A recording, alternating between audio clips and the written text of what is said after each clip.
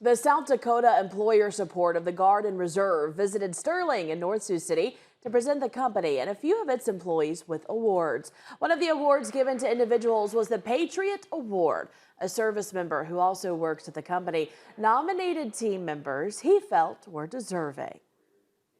So today we had 4 different Patriot Awards handed out, and these are awarded to individual employers, individual leaders at the employer that provide particular support to a serving Guard member. So I had the opportunity to submit 4 very deserving leaders here at Sterling for those awards. Among those individual awards, the company as a whole received an Above and Beyond award. Sterling leaders there say having available jobs when off duty is very important for those service members. I'll tell you, that is extremely important. In my former life as a commander at the 185th,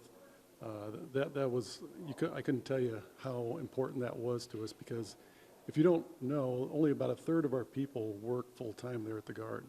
2/3 have to have jobs on the outside. Sterling leaders say as a company it appreciates all of its employees that serve.